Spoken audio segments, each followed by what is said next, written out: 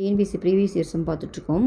Kumaran as 600 wants to it divide between Vimala and Yazhini இந்த ratio 2:3. who will get more and how muchன்னு கேட்டிருக்காங்க. ஓகேவா, குமரனிடம் 600 உள்ளது. அதனை விமலா மற்றும் யாழினிக்கு இடையில் 2:3 விகிதத்தில் பகிர்ந்தளிக்கிறாராம். இருவரில் யாருக்கு பணம் அதிகமாக கிடைக்கும், எவ்வளவுன்னு கேட்டிருக்காங்க. ஓகேவா, ஸோ 2 பேர் இருக்காங்க. யார்? விமலா அப்புறம் யாழினி.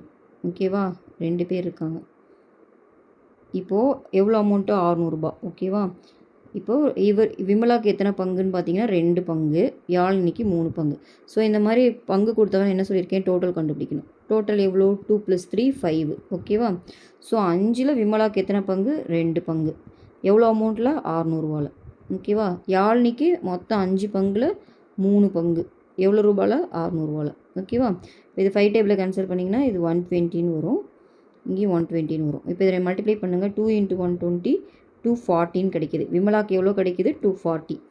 இது 360. யாழினிக்கு எவ்வளோ கிடைக்கிது? 360. அவங்க என்ன கேட்குறாங்க, யாருக்கு எவ்வளோ அதிகமாக கிடைக்குதுன்னு. அப்போ யாருக்கு அதிகமாக கிடைக்குது? யாழினிக்கு தான் அதிகமாக கிடைக்கிது. எவ்வளோவும் கேட்டிருக்காங்க.